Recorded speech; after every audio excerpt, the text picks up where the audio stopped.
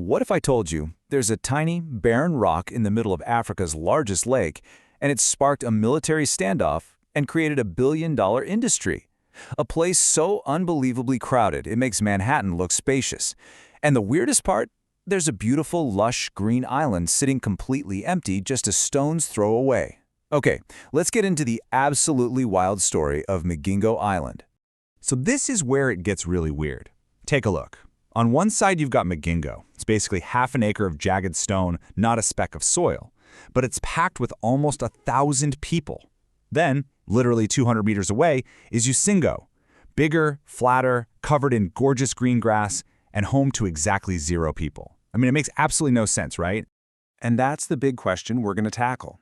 Why on earth would anybody choose to cram themselves onto this tiny, uncomfortable rock when a perfect paradise is sitting right there? Well, the answer is this crazy mix of ancient superstition and very modern greed. To even start to understand this, we've got to go back, way back, to local legends. Because the first piece of this puzzle isn't about money or politics. Nope, it's about demons. You see, for generations, fishermen in this area have believed in something called the Yucingo Curse. The stories all say that the beautiful green island is haunted.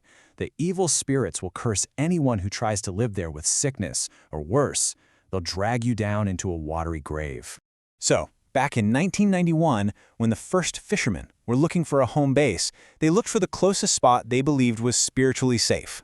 And that place was the barren, jagged, but most importantly, demon-free rock of Megingo. But, being safe from spirits? That's only half the story. The reason this little rock became so incredibly valuable, so crowded, and so fought over, well, that has nothing to do with folklore. It has everything to do with a massive economic gold rush happening just beneath the waves. Now, to get why this matters so much on a national level, you just have to look at the lake itself. Lake Victoria is huge, but Kenya, they only control this tiny 6% sliver. That makes every single inch of their water, especially resource-rich water, unbelievably precious. And the resource that everyone is fighting over? It's this fish, the Nile Perch. Now, it was introduced back in the 50s, and yeah, it totally wrecked the local ecosystem, but it also created an insane economic boom. And it just so happens the deep, cool waters around Megingo are the best fishing grounds for it in the entire lake.